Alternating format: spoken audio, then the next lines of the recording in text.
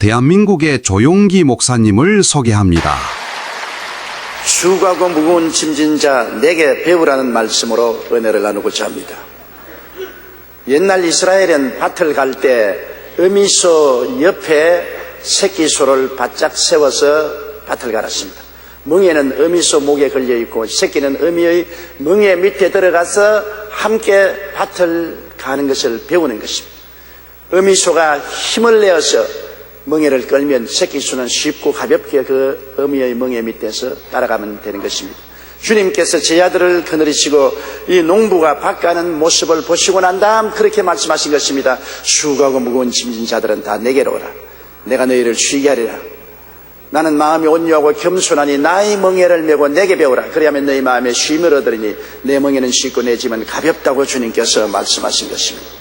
우리가 예수님의 멍에 아래 들어가기 위해서는 배워야 되는 것입니다. 주님께서 나의 멍에를 메고 내게 배워라. 그리하면 너희 마음에 쉼을 얻으리라고 말씀한 것입니다.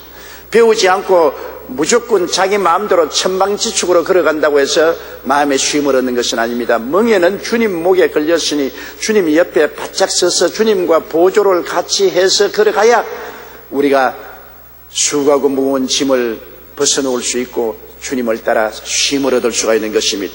그러면 어떻게 주님과 함께 멍에 밑에서 걸어갈 수 있는 것을 배울 수 있습니까? 첫째로 주님의 겸손을 배워야 되는 것입니다.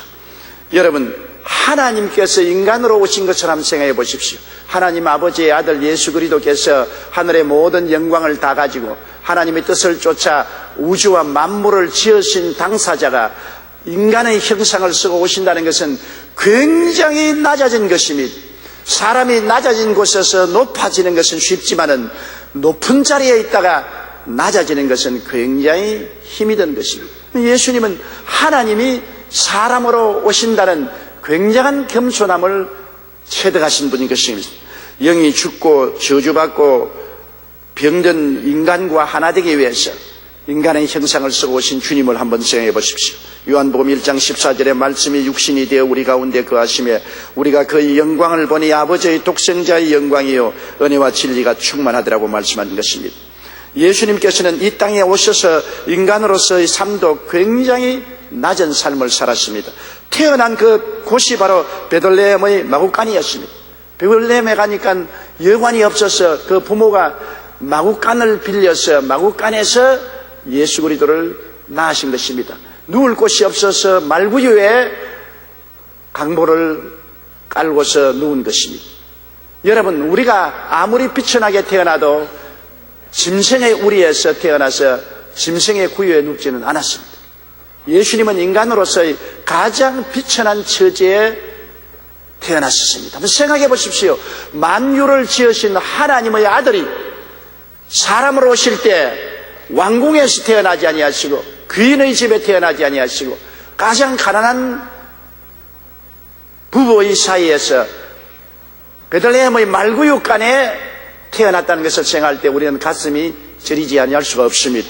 그리고 그는 자라날 때 나사렛에 가서 그 양아버지 요셉의 묵수이를 도우면서 살았습니다. 그래서 사람들은 예수 그리스도를 묵수의 아들이라고 부르는 것입니다. 그 당시에 목수는 별로 존귀한 직업이 아니었습니다. 사람들은 전시했었습니다. 사람들에게 전대와 멸시를 받으면서 목수의 아들이라는 칭호를 받으면서 그는 자라난 것입니다. 손에 못이 박히도록 여러 가지 연장을 만들고 가재 도구를 만들었던 것입니다. 그리고 그가 30에 하나님의 소명을 받고 요단강에 세례받고 성령이 임하시고 난 다음에 40일 금식하시고 나오셔서 공생애를 시작했을 때도 굉장히 어려운 삶을 살았습니다. 풍찬 노숙의 생활을 했습니다. 마태복음 8장 20절에 여우도 굴이 있고 공중의 새도 거치가 있을 때 인자는 머리 둘 곳이 없다고 해서 정처 없는 나그네 생활을 한 것입니다. 주님께서는 정말 하나님의 아들이라고 상상할 수 없는 비천한 처지에서 태어났고 비천한 삶을 살았으며 비천한 생활 가운데서 공생애를 하신 것입니다. 인간으로서 낮아질 대로 낮아진 삶을 살아셨습니다.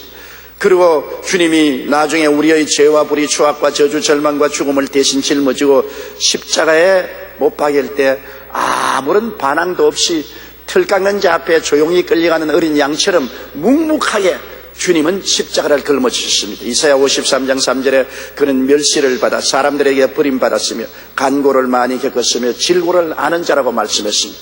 4절에는 그는 실로 우리의 질고를 지고 우리의 슬픔을 당하였다라고 말씀하시고 7절에는 그가 곤욕을 당하여 괴로울 때에도 그 입을 열지 아니하였으며 마치 도수장으로 끌려가는 어린 양과 틀 깎는 자 앞에서 잠잠한 양같이 그 입을 열지 아니하였다고 말씀하신 것입니다. 예수 그리스도는 그 높은 보좌에서 천하지 천한 인간의 몸 종의 형태를 입고서 오신 것입니다. 사람은 예수 그리스도를 배워서 그 멍에 밑에 들어가기 위해서는 예수 그리스도와 코드가 맞아야 되는 것입니다. 오늘날 우리 사회에 코드에 대한 이야기가 많이 있습니다. 청와대에도 코드가 맞는 사람이 들어가야 된다는 이야기를 신문에서 종종 읽습니다. 사실 우리의 삶에 코드가 맞는 사람끼리 함께 걸어가야 각자가 맞을 수가 있지 않습니까? 예수님과 코드가 맞으려면 그리스도와 같이 겸손해야만 되는 것입니다.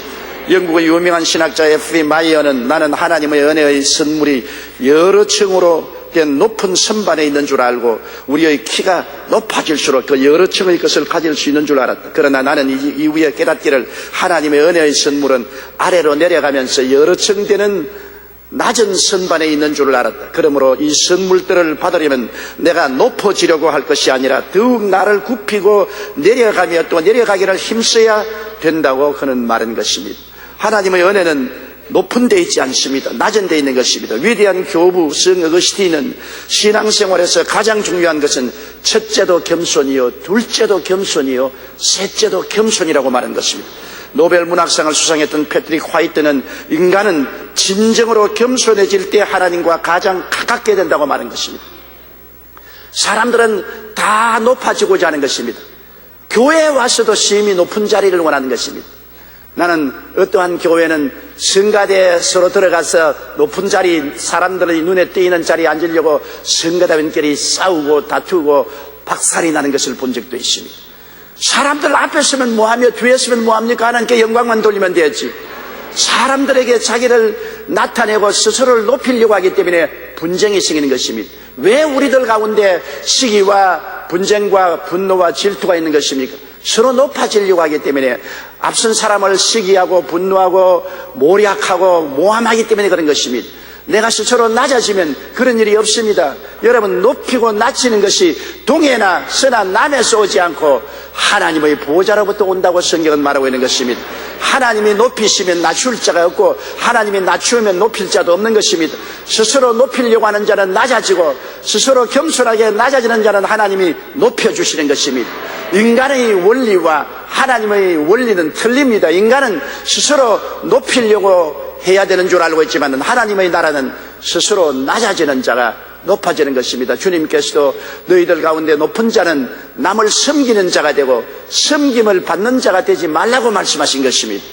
그러므로 우리들이 주님 멍에 아래 들어가 하나님의 은혜를 맛보려면 스스로 낮아질 줄 알아야 합니다. 예수님께서는 하나님이시면서도 인간으로 오실 정도로 겸손하고 낮아졌습니다. 우리가 그러기 때문에 교회 직분이란 높은 직분일수록 낮아지는 직분인 것입니다. 높은 직분일수록 섬기는 자리에 들어가는 직분인 것입니다. 누구든지 자기를 높이고 자기를 나타내려고 하는 사람은 아직 신앙에 한참 멀어도 멀리 있다는 것을 알아야 되는 것입니다. 성숙하지 못한, 자라지 못한 어린아이 신자라는 것을 알아야 되는 것입니다. 우리는 그리스도와 함께 그 밑에 십자가에 들어가서 멍에를 매기 위해서는 낮아지고 또 낮아지고 또 겸비해지고 낮아져야 되는 것을 알아야 되는 것입니다. 물은 높은 데서 낮은 데로 흐르지 낮은 데서 높은 데로 올라가지 않습니다. 하나님의 사랑과 은혜도 높은 데서 낮은 곳으로 내려오지 낮은 곳에서 높은 데로 올라가지는 않는다는 것을 알아야 되는 것입니다. 둘째로 예수님의 멍에를 베기 위해서 예수님께 배우기 위해서는 탐욕을 버리는 것을 배워야 되는 것입니다. 예수님은 탐욕을 버리셨습니다. 주님께서 요단강에서 세례받으시고 성령으로 충만하시고 성령의 이끄심을 받아 광야에 들어가서 40주 40야 금식하시고 줄이실 때 마귀가 와서 그를 시험했습니다. 하나님 아들이면 아들의 권능을 이용해서 돌을 변하여 떡을 만들어 먹으라고 말했던 것입니다. 마태복음 4장 3절로 4절에 내가 만일 하나님의 아들이거든 명하여 이 돌들로 떡덩이가 되게 하라. 예수께서 대답하여 이르시되 기록되었으되 사람이 떡으로만 살 것이 아니요 하나님의 입으로부터 나오는 모든 말씀으로 살 것이라 하였느니라 하시니, 이 말은 무슨 말입니까? 하나님의 아들의 권능을 사용하여 구복을 채우라는 것입니다. 육신의 정욕입니다. 오늘날 권능이 있고 지위가 있고 능력이 있는 사람들이 그 지위나 권능을 이용해서 사리 사욕을 채우는 일들을 우리는 비일비재로 봅니다. 우리 한국에 일어난 모든 부정부패가 낮은 사람들이 일으키는 것이 아닙니다. 높은 지위에 있는 사람들이 자기 지위를 이용해서 사리 사욕을 채우기 때문에 부정부패가 만연하게 된 것입니다. 이것은 마귀가 언제나 그 길을 종용하는 것입니다. 너희 지위가 높으냐, 권력이 있느냐, 지위와 권력을 이용해서 구복을 먼저 채워라. 이것을 바로 예수님께 적용해서 마귀는 예수님을 육신의 정욕을 통해서 타락시키려고 하는 것입니다. 그러나 예수님은 단호하게 마귀의 유혹을 물리신 것입니다. 사람이 떡으로만 살 것이 아니요 하나님의 입으로 나오는 모든 말씀으로 살 것이다. 말씀 중심으로 살지 육신의 정욕을 중심으로 살지 않겠다고 주님께서 선언하신 것입니다. 그러자 마귀는 안목의 정욕으로 시험한 것입니다. 네가 하나님의 아들의 능력으로 명예를 얻어라. 어떠한 기사와 이적을 베풀도 좋으니 하나님의 아들이라는 능력을 가지고 명예를 얻는 것이 좋다. 사람들은 다 명예를 얻기 좋아하지 않습니다. 마귀는 마태복음 4장 6절로 7절에 이렇게 말했습니다. 내가 만일 하나님의 아들이거든 뛰어내리라. 기록되었을 때 그가 너를 위하여 그의 사자들을 명하시리니 그들이 손으로 너를 받들어 발이 돌에 부딪히지 않게 하시리라 하였느니라. 예수께서 이르시되 또 기록하였을 때 주 너희 하나님을 시험하지 말라 하였느니라. 마귀는 예수 그리스도를 데리고 예루살렘 성전 꼭대기에 데려 올라가서 내려다보았습니다. 수많은 사람들이 예배 보기 위해서 인산인해로 모였습니다. 이 위에서 뛰어내려라. 너가 발이 돌에 부딪히지 않고 살풍이 내리면 모든 사람들이 너가 하나님의 아들인 줄 알고 박수를 치고 너를 존경할 것이다. 너희 하나님의 아들이라는 권능을 사용해서 명예를 얻어라. 오늘 사람들은 명예를 얻기 위해서 자기의 일신을 파는 사람들이 많습니다. 선거철이 되면은 소위 우리가 많은 예수 믿는 장로나 안수집사나 집사라는 사람들도 우상에 가서 저를 넙적넙적합니다. 명예를 얻기 위해서 자기의 신앙도 팔아먹습니다. 이것이 현실인 것입니다. 이것이 바로 마귀의 유혹인 것입니다. 자기의 명예나 지위를 잃을지라도 하나님을 섬기겠다는 단호한 결심을 갖지 않습니다. 성경에 보면 사드락 메삭 아벳느고는 바벨론 도지사들이었지만 느부갓네살이 사온 우상에 절하라고 할 때 그들은 명예와 지위와 생명을 다 잃을지라도 우상에 절하지 않았습니다. 결과에 그들이 불무불이 7배나 뜨거운 곳에 던져짐을 받았지만은 하나님이 그들을 건져주신 것입니다. 자기의 권능을 사용해서 명예를 얻기 위하여 혈안이 될 사람들이 많습니다. 지난 21일 전국 주요 신문들의 톱뉴스로 오른 것은 황우석 박사의 파면 조치에 관한 것이었습니다. 이날 대부분의 주요 일간지와 방송 매체들은 논문 조작 사건에 관련된 황우석 수의대 교수가 파면되고 나머지 교수 6명에게 정직 감봉의 조치가 내려졌다고 전달했습니다. 황 교수는 공무원 징계로는 최고 수위인 파면 조치를 당하고 과학기술부로부터 받았던 제1호 국가 최고 과학자라는 지위도 취소되었습니다. 황우석 교수는 생명공학 분야에서 한국 최초로 체세포 복제송아지 영롱이와 복제한우 진이를 탄생시키고 지난 2004년 세계 최초로 인간 배아 줄기세포를 만드는 등의 업적으로 대한민국 최고 과학기술인상과 과학기술훈장 창조상 제4회 자랑스러운 한국인 대상 세계기술 네트워크 생명공학상 등을 타고 우리나라의 제1호 최고 과학자라는 명예를 얻으신 분이신 것입니다. 또한 황우석 교수의 논문은 세계적인 과학 잡지인 사이언스에 실리고 미국 양대 시산주간지 뉴스위크와 타임즈에도 내용을 비중 있게 다루었습니다. 그러나 지난 21일 서울대에서는 황 교수가 허위 자료를 근거로 논문을 조작하는 데 주도한 역할을 한 점을 인정되었다고 발표했습니다. 결국 이 시대 난치병 치료의 길을 열었다고 했던 승리의 쾌거는 명예에 눈먼 한 과학자가 만들어낸 허상이었습니다. 그는 세계 최고의 과학자라는 안목의 정욕을 이기지 못해 국가와 국민을 기만하고 논문을 조작하는 일을 했던 것입니다. 보십시오. 이것은 비일비재한 것입니다. 특별한 예수님 시대만 있은 것이 아닙니다. 마귀는 오늘날에도 명예를 얻기 위해서 허위 조작하여 다른 사람을 기만할지라도 그 자리에 올라가고자 하는 것입니다. 몽테뉴는 말하기를 거짓된 인간이라고 판명되는 것보다 인간에게 더 수치스러운 일은 없습니다. 황 교수 사건은 너무나 가슴이 아픕니다. 그분은 훌륭한 과학자입니다. 많은 성과를 내신 어른인 것입니다. 나는 그분을 존경하고 있습니다. 그러함에도 불구하고 분수에 넘치는 명예를 원했다가 허위 논문을 작성할 수밖에 없게 된 그를 너무나 안타깝게 생각합니다. 누구든지 그런 시험에 떨어질 수가 있습니다. 여러분도 저도 명예 때문에 눈이 어두워지면 그런 일을 하게 되는 것입니다. 나는 마음속 깊이 애도하고 동정에 맞지 않습니다. 왜? 마귀는 사람을 가리지 않고 시험하기 때문인 것입니다. 안목의 정욕에 예수님은 단호하게 저항한 것입니다. 마귀는 마지막 예수님을 이 세상 자랑을 가지고 시험했습니다. 권력과 부귀를 위하여 마귀와도 손을 잡으라는 것입니다. 권력을 얻고 돈을 얻기 위해서는 가릴 것은 뭐냐? 마귀하고도 손을 잡아라. 그것이 바로 마귀가 예수님께 꾀한 것입니다. 마태복음 4장 9절로 10절에 이르되 만일 내게 엎드려 경배하면 이 모든 것을 내게 주리라. 예수께서 말씀하시되 사탄아 물러가라. 기록되었을 때 주 너희 하나님께 경배하고 다만 그를 섬기라 하였느니라. 권력과 돈을 얻기 위해서는 수단과 방법을 가리지 않은 것이 오늘날 현실 아닙니까? 마귀하고도 손을 잡습니다. 권력을 손에 쥐기 위해서는 북한하고도 손을 잡고 함께 뛰려고 하는 사람들 허다히 많습니다. 권력이 뭔지 부귀가 뭔지 거기에 한번 눈이 어두워지면 사탄하고도 동침을 하게 되는 것입니다. 그러나 성경은 뭐라고 말했습니까? 너 인생이 무엇이냐? 잠시 있다가 사라지는 안개니라. 내일 일을 자랑치 말라. 오늘 내게 어떠한 일이 일어날지 알지 못하느니라. 모든 인생은 풀과 같고 그 영화는 풀의 꽃과 같다. 풀은 시들고 꽃은 떨어진다고 말한 것입니다. 화무 11용이여 군무 10년이라고. 열흘간은 꽃이 없고 10년간은 권력이 없는데도 사탄은 현재 입에 다니까 현재 입이 단 권력과 부를 위해서 마귀하고도 동침하고 마귀하고도 손을 잡고 나가라고 말한 것입니다.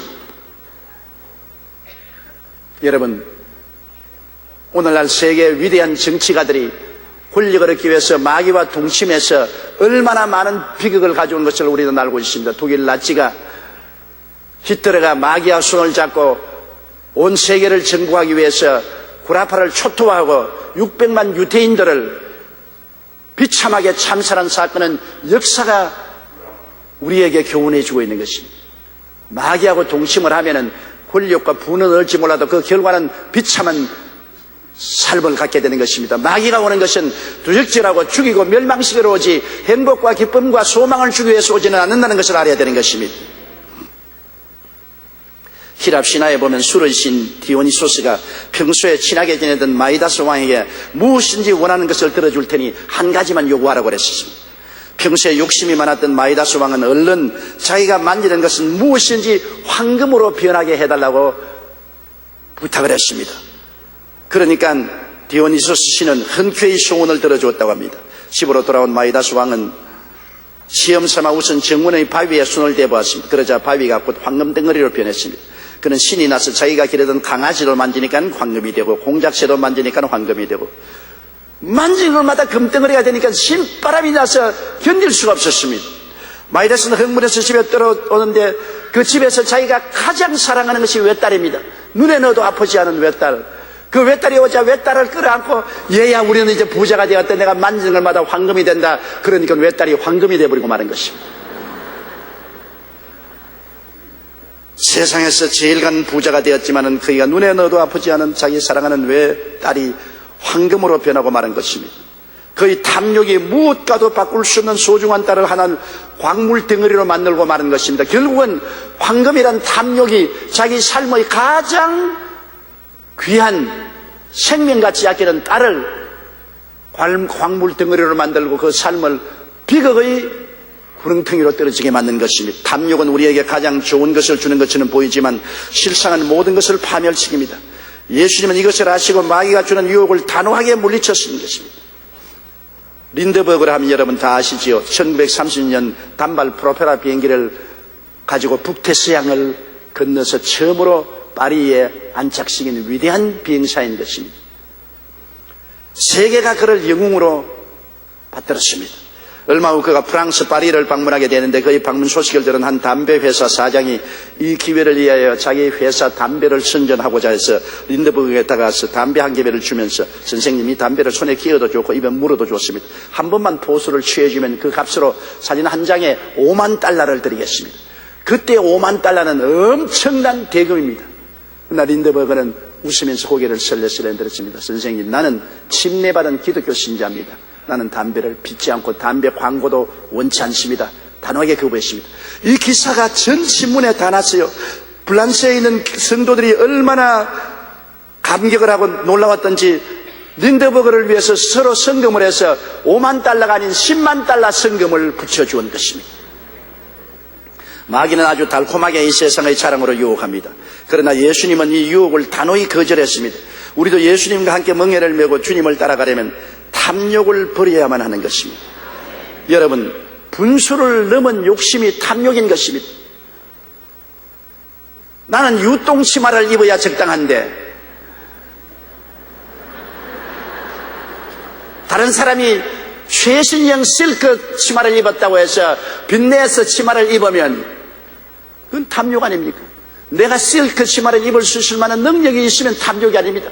내 능력이 없는데 분수에 넘는 옷을 입으려고 해도 탐욕이고, 분수에 넘는 집을 살려고 해도 탐욕이고, 분수에 넘는 차를 살려고 해도 탐욕이고, 분수에 넘는 삶을 살려고 하면 탐욕이 되는 것입니다.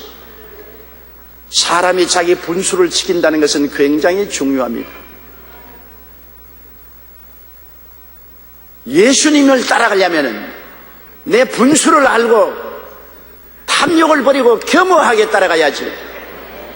예수님과 하나님조차 이용해서 내 육신의 정욕과 안목의 정욕과 이성의 자랑을 달성하려고 하는 사람들이 많이 있습니다. 이것은 절망입니다. 자기의 육신의 정욕, 안목의 정욕, 이성의 자랑이 자기의 신이 되고 자기의 우상이 되어서 그 신과 우상에 절하면서 하나님도 예수님도 자기 개인의 영달을 위해서 이용하려고 하는 사람이 얼마나 많습니까? 그 결과는 비극을 초래하고 마는 것입니다.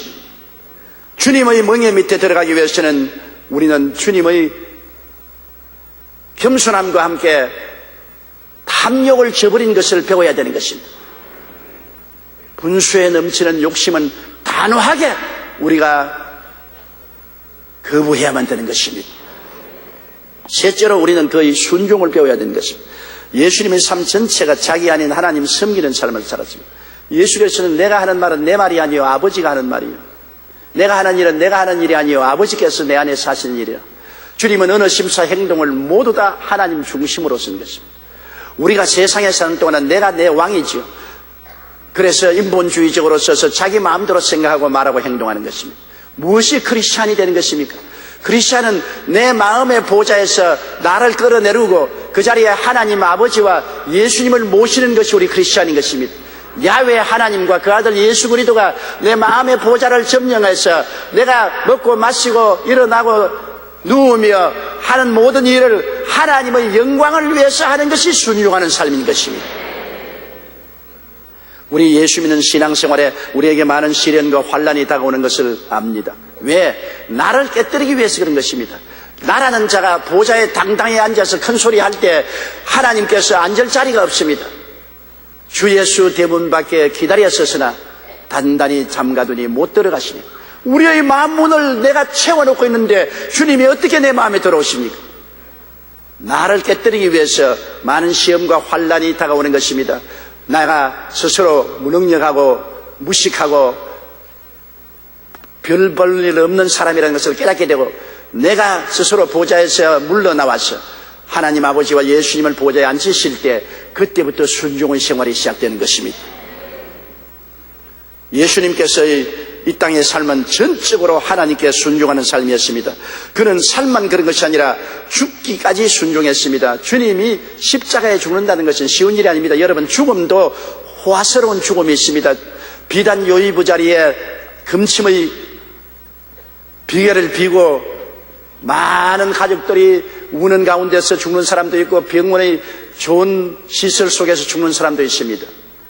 그러나 예수 그리스도께서 죽으신 것은 온 세상 앞에서 벌거벗기고 채찍에 맞아 피투성이가 되어서 험한 십자가 걸머지고 죽었었습니다. 로마 당시에 십자가는 가장 극악한 죄수를 처형하는 방법인 것입니다. 십자가 처형은 너무나 고통스러운 죽음인 것입니다. 생사람을 양손과 양발에 못을 박아 높이 매달아 놓고 서서히 피를 흘리고 탈수가 되고 빈혈이 되고 호흡곤란을 일으켜 죽게 만드는 것이니 얼마나 비참한 죽음인 것입니까? 사람이 정말 흉악해도 이렇게 흉악할 수가 없습니다. 그러나 예수님은 아버지의 뜻이면 인류를 위해서 그 흉악한 십자가의 고난도 대신 짊어지겠다는 것입니다. 여러분, 예수 그리스도의 십자가의 고통 이외에는 우리를 구원할 수가 없습니다. 우리 죄가 얼마나 무서운가를 예수님을 보면 알 수 있는 것입니다. 내가 무슨 그렇게 무서운 죄냐?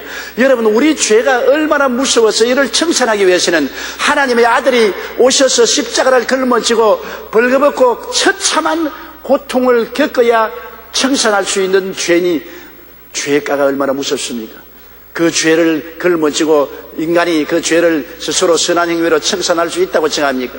인간의 선한 행위나 고행이나 수양과 도덕이 그 무지무지한 죄악을 청산할 수 없습니다. 인간은 죄짐에 눌려서 모두 지옥으로 떨어질 수밖에 없습니다. 그런 죄악을 예수님께서는 십자가에서 몸짓고 피 흘려 극한적인 고통을 당하면서 내가 다 이루었다 하시고 청산하신 것입니다. 빌립보서 2장 6절로 8절에 그는 근본 하나님의 본체시나 하나님과 동등됨을 취할 것으로 여기지 아니하시고 오히려 자기를 비워 종의 형체를 가지사 사람들과 같이 되셨고 사람의 모양으로 나타나사 자기를 낮추시고 죽기까지 복종하시니 곧 십자가의 죽으십니다. 십자가의 죽음이란 가장 흉악하고도 고통스러운 죽음까지도 주님이 복종하셨습니다. 여러분, 왜 아브라함이 우리 믿음의 조상입니까? 아브라함도 하나님을 믿고 우리도 하나님 믿는데 우리하고 다른 점이 뭐냐고 할 사람이 있겠습니다. 여러분, 아브라함은 우리보다 특이하게 다른 점이 있습니다. 누구도 따라갈 수 없을 만한 위대한 하나님의 종이 될 수 있는 것은 그가 100살이 되어 낳은 이삭을 하나님께서 모리아 산에 데리고 와서 각을 떠서 장작불에 태워 제물로 드리라고 할 때 두말하지 않고 순종해서 그 아들을 데리고 사흘 길을 가서 모리아 산에 올라가서 그 아들을 묶어서 장작불 위에 얹어놓고 그를 죽이려고 한 것입니다. 이것은 여러분 엄청난 순종입니다. 아마 이 자리에서 여러분의 외독자를 잡아서 번제로 드리라고 할 때 순종해서 나갈 사람은 별로 없을 것입니다. 나는 항상 이 성경 구절을 읽을 때마다 나를 비추어보고 제가 몸서리를 칩니다. 하나님, 내게는 그런 말 하지 말아 주십시오. 왜? 저는 그럴 정도의 순종할 수 있는 마음이 아직 되지 못했습니다. 아브라함하고 나하고는 저마치 거리가 멉니다. 너무나 위대한 하나님의 종입니다. 하나님의 사람입니다. 믿음의 사람인 것입니다. 왜 아들을 주기까지 순종했습니까? 바로 아브라함이 이삭을 바친 것은 하나님의 아들 예수님이 십자가에 자기 자신을 내놓은 것을 모형으로 보여주신 것입니다. 우리는 그런 극한적인 순종은 못할지라도 최선을 다해서 순종의 삶을 살아야 주님 십자가 밑에서 함께 동행할 수가 있는 것입니다. 예수님은 절대 순종을 하셨습니다. 우리도 최선을 다해서 성령의 도움으로 그리스도에게 보조를 맞추어서 순종하는 삶을 살아야 되는 것입니다. 대체 예수님은 하나님께 전적으로 의지했으니 우리가 의지함을 배워야 되는 것입니다. 예수님은 한시도 자기를 의지하지 않았습니다. 자기의 지혜나 총명이나 모략이나 재능이나 지식을 의지하지 않았습니다. 주님은 완전히 아버지께 의지했습니다. 시편 22편 4절로 11절은 예수 그리스도의 순종에 대해서, 의지에 대해서 이렇게 말하고 있는 것입니다. 우리 조상들이 주께 의뢰하였고 위대하였으므로 그들을 건지셨나이다. 그들이 주께 부르시어 구원을 얻고 주께 의뢰하여 수치를 당치 아니하였나이다. 나는 벌레요 사람이 아니라 사람의 비방거리요 백성의 조롱거리니이다. 나를 보는 자는 다 나를 비웃으며 입술을 삐죽거리고 머리를 흔들며 말하되 그가 야훼께 의탁하니 구원하실 걸, 그를 기뻐하시니 건지실 걸 하나이다. 오직 주께서 나를 모태에서 나오게 하시고 내 어머니의 젖을 먹을 때 의지하게 하셨나이다. 내가 날 때부터 주께 맡긴 바 되었고 모태에서 나올 때부터 주는 나의 하나님이 되셨나이다. 나를 멀리하지 마옵소서. 환난이 가깝고 도울 자 없나이다. 주님은 십자가의 고통을 앞두고 전적으로 하나님께 의지했습니다. 살든지 죽든지 흥하든지 망하든지 성하든지 쇠하든지 저는 주님을 의지합니다. 그런 태도를 가졌습니다. 우리가 주님을 믿는다는 것은 뭡니까? 주님께 의지하는 것을 말하는 것입니다. 내 힘으로 스스로 구원할 것이면 왜 주님을 의지합니까? 내가 내 인생 살아갈 수 있는 지혜와 총명과 모략과 재능과 지식이 있으면 왜 주님께 의지합니까? 주님께 의지한다는 것은 전적으로 삶과 죽음을 가리지 아니하고 주님께 내어 맡기는 것을 말하는 것입니다. 예수님은 십자가에 매달려 마지막 고통을 당하시고 숨이 넘어갈지도 그는 내 영혼을 아버지께 맡긴다고 말한 것입니다. 누가복음 23장 46절에 예수께서 큰 소리로 불러 이르시되 아버지 내 영혼을 아버지의 손에 부탁하나이다 하고 이 말씀을 하신 후에 숨지니라. 제 오스왈드 샌더슨이 쓴 평신도 사역자의 성장을 위한 20가지 영적 원리라는 책에서 스튜어드는 하나님이 찾으시는 사람에 대하여 이렇게 말하고 있습니다. 하나님이 당신의 나라를 세우시기 위하여 인간의 능력과 자신감이 아닌 약함과 겸손을 선택하신다는 것은 참으로 놀라운 일이다. 하나님은 우리가 평범하고 무력하고 결점이 많기 때문에 사용하시지 않은 것이 아니라 바로 이것들 때문에 우리를 사용하신다. 내가 능력이 많고 지식이 많고 유능하기 때문에 하나님이 택해 사용하는 것이 아닙니다. 능력이 없고 무지하고 연약하여 보잘것없기 때문에 하나님이 이런 빈 그릇을 택하여서 그에게 하나님의 능력으로 채워서 사용하시는 것입니다. 바울 선생도 고린도후서 12장 9절에 나의 약한 것들에 대하여 자랑하니라고 말씀하셨습니다. 예수님도 십자가에서 한없이 약해졌습니다. 스스로 자기를 구원할 수 없었습니다. 그는 하나님께 그 영혼을 맡겼습니다. 하나님은 어떻게 하십니까? 그를 맡으신 하나님은 사흘 만에 무덤에서 일어나게 하시고 만왕의 왕 만주의 주가 되게 만들어 주신 것입니다. 주님께 의탁하면 주님께서 책임져 주시는 것입니다. 영국의 여객선 스텔라호가 암초에 부딪혀 난파되었습니다. 거친 파도는 승객들이 탄 구명보도마다 삼켰습니다.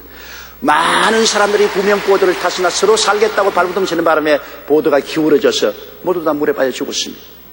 그런데 12명의 여성이 탄 구명보트는 노가 없이도 계속 균형을 유지할 수 있었습니다. 그 보도에는 유명한 가수인 마가렛 윌리엄스가 타고 있었는데 그녀는 배가 난파되어 죽음 앞에 떨고 있는 승객들을 향해 여러분 이제 하나님을 의지합시다. 믿음의 징표로 하나님께 찬송을 부르십시다며 먼저 찬송을 인도하겠습니다. 찬송을 함께 부르니까 마음이 조용해지니까 살겠다고 부둥대지 않습니다. 고무보드에 모두 다 조용히 앉아서 찬송을 부르니까 마음이 차분해서 고무보드가 일렁거리지 않고 뒤집히지 않았습니다. 밤새도록 이 가수를 따라서 찬송을 불렀습니다. 아침에 순양함이 사람들을 구출하기 위해서 그 자리에 와서 차에도 거의 다 빠져 죽고 구출하지 못했는데 안개 속에서 찬송 소리가 들리기에 찬송 소리를 따라서 와보니까 12명의 여성들이 탄 구명보드는 물에서 떠있고 가라앉지 않았었습니다. 그래서 모두 다 구출함을 받은 기사가 있는 것입니다. 그들이 구출함을 받은 것은 찬송을 부르고 하나님을 의지했기 때문에 구출을 받은 것입니다. 스스로 살겠다고 발부둥을 쳤으면 고무보드가 중심을 잃어버리고 물에 빠져버렸을 것입니다. 하나님을 의지하고 조용한 마음을 가지고 하나님을 예배하고 찬송을 부르기 때문에 밤새도록 그 고무보드는 기울어지지 않고 균형을 유지했고 결국은 순양함에 발견되어서 구출을 받을 수가 있었던 것입니다.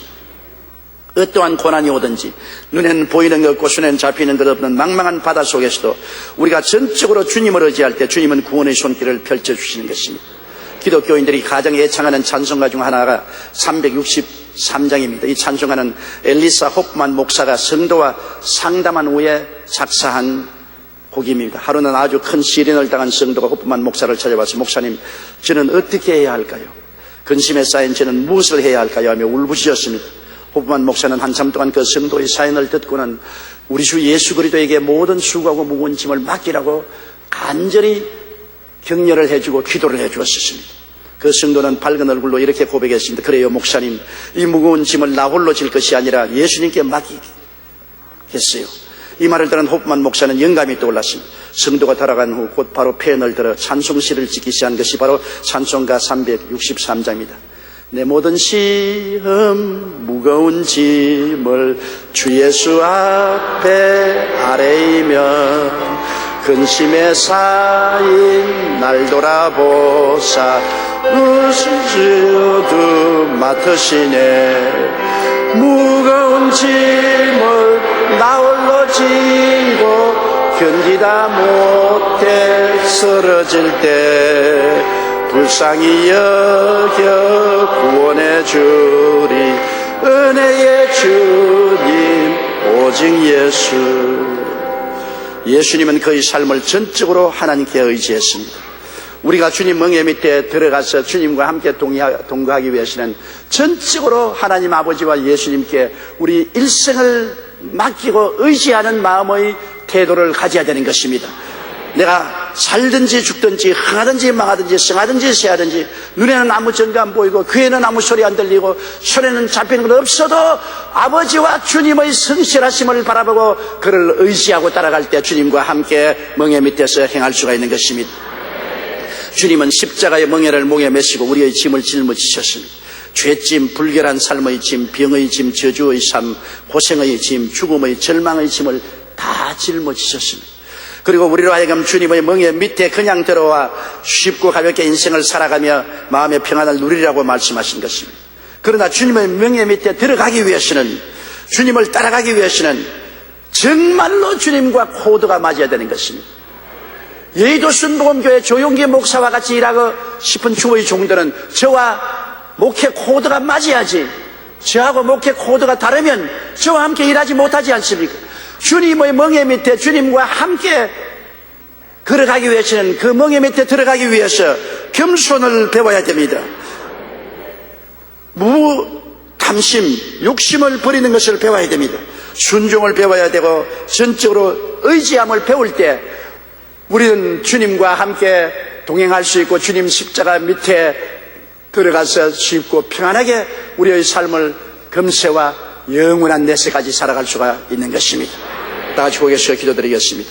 사랑이 많으신 우리 하나님 아버지, 예수님께서는 수고하고 무거운 짐진 자들은 내게로 와서 내게 배우라고 말씀하셨습니다.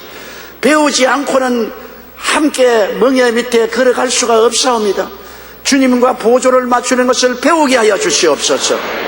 우리 주님과 보조를 맞추기 위해서 겸손을 배우고 욕심을 버리는 것을 배우고 순종을 배우고 하나님께 전적으로 의지하는 것을 배워서 나가게 도와주시옵소서.